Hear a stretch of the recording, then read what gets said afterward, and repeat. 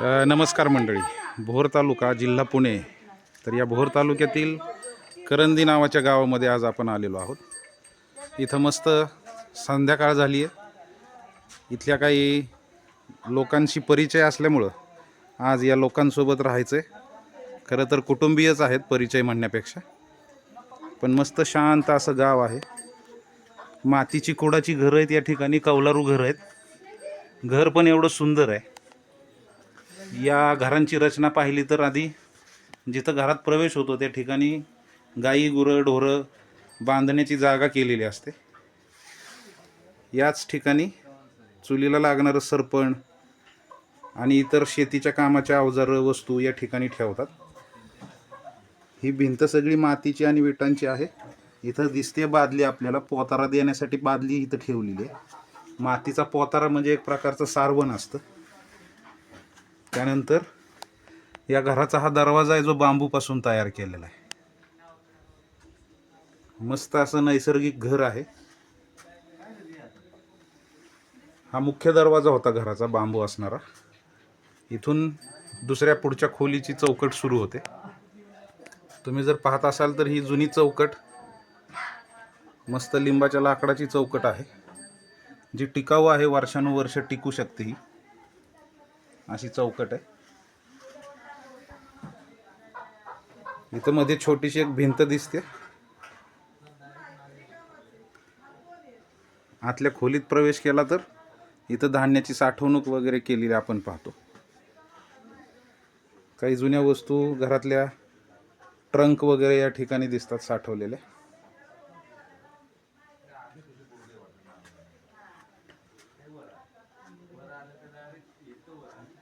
तसंच या ठिकाणी अजून काही जनावरं गुरं बांधण्याच्या जागा पण दिसत आहेत आपल्याला. ह्या अशा कड्या इथं लावलेल्या आहेत भिंतीमध्ये.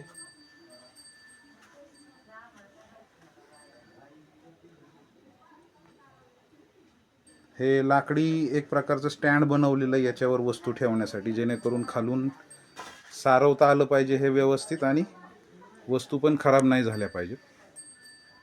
इथं तुम्ही पाहत असाल तर बांबूपासून बनवलेली जी चटई असते त्या चटईवर मातीचं आणि शेणाचं मिश्रण करून सारवण केलेलं आपण पाहतोय.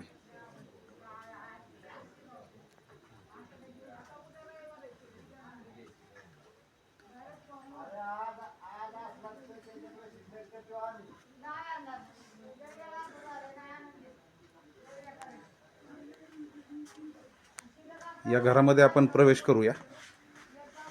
कोपऱ्यातच इथं जातं लावलेलं दिसतंय आपल्याला,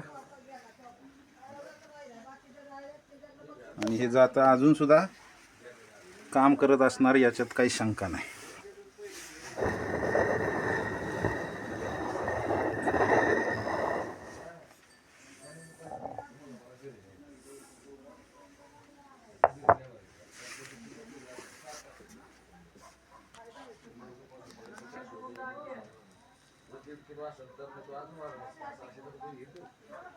इथं जुन्या पद्धतीचा एक रॉकेलवर चालणारा कंदील दिसतो.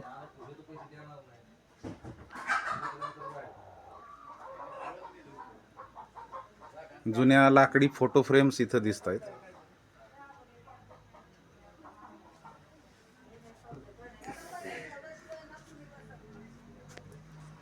ही या घराच्या पुढच्या खोलीची चौकट आणि त्याच्यावरती अजून काही माळा बनवलेला आहे वस्तू ठेवण्यासाठी.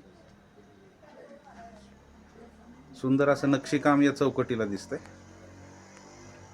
आणि अंदाजे 2 फूट रुंदी फक्त असणारी आणि 4 फूट उंची असणारी अशी ती चौकट आहे. घराची ही मधली खोली आहे. या खोलीमध्ये विश्रामगृह किंवा झोपण्याची जागा म्हणू शकतो आपण. मस्त छोटीशी देवळी इथं केलेली दिसते. अतिशय सुंदर असं दगड माती विटा यांचं बांधकाम असणारं हे घर. जुनी काही कपाटं या ठिकाणी दिसत आहेत. आणि हा तो वरचा माळा आपण ज्याला म्हणालो, वस्तू ठेवण्यासाठी किंवा शेतातली काही अवजारं, शेतातलं काही धान्य पिकं ठेवण्यासाठीची ती जागा आहे. इथून पुढच्या खोलीमध्ये जाणार आपण, तिथं स्वयंपाकघर आहे. या स्वयंपाकघरात या घरातली काही मंडळी संध्याकाळच्या वेळेला शेतातून काबाड कष्ट करून आलेली बसली आहेत. माई लेकरं दिसत आहेत इथं. आई बरं आहे का? मस्त चूल पेटली आहे, स्वयंपाक चालू आहे म्हणायचं. आज आपण मस्त जेवण करूनच जाऊ चुलीवरचं. दादा बरं आहे का? हे मस्त असं सुंदर स्वयंपाकघर, ज्यामध्ये जुन्या वस्तूंबरोबर अत्याधुनिक पण वस्तू आपण पाहतोय. प्रामुख्यानं चुलीवरचा स्वयंपाक हे इथलं आकर्षण आहे. आज या ठिकाणी न्हाणीघर आपण याला म्हणतो. या न्हाणीघरामध्ये आपण आंघोळीची व्यवस्था केलेली असते. असं मस्त सुंदर असं जुनं घर हे पाहायला मिळालं आज. इथं शिंकाळं अडकवलेलं दिसतं एक. या शिंकाळ्यामध्ये दूध, दही, जे खाद्यपदार्थ मांजर किंवा इतर प्राण्यांपासून सुरक्षित ठेवायचे असतात त्याच्यासाठीचं शिंकाळं येते. मस्त इथं जुनी मांडणी दिसते भांड्यांची, जी लाकडीच मांडणी आहे. आणि भांडी पण पाहू शकता तुम्ही, किती स्वच्छ चकाचक चमकणारी भांडी दिसतात. हेच आपल्या आया बहिणींचं कर्तृत्व आहे असं म्हणायला हरकत नाही, कारण याच्याशिवाय आयुष्य निरोगी राहत नाही. तर खूप सुंदर असं ही मांडणी आणि त्यातली भांडी स्वच्छ अशी. इथं एक टोपलं आहे भाकरीचं. खाली थाळ्यामध्ये पाणी आहेत, कारण मुंग्या जाऊ नयेत, भाकरीमध्ये मुंग्या लागू नयेत म्हणून अशी पाण्याची व्यवस्था केलेली असते. मस्त एवढं सुंदर असं घर. या मागच्या बाजूला परस बाग आहे छोटीशी, धुणं भांडी करण्याची ही जागा.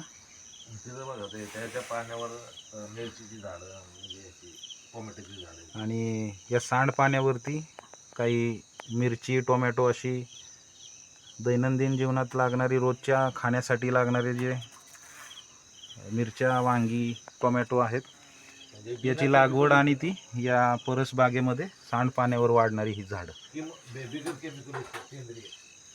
याच्यामध्ये कसलीही रसायनं नसणार आहे. हे टोमॅटोचं झाड आपण पाहू शकताय. इथं मिरचीची झाड आहेत, मिरच्या पण लागल्यात त्याला मस्त. आणि अशी ही सुंदर परसबाग.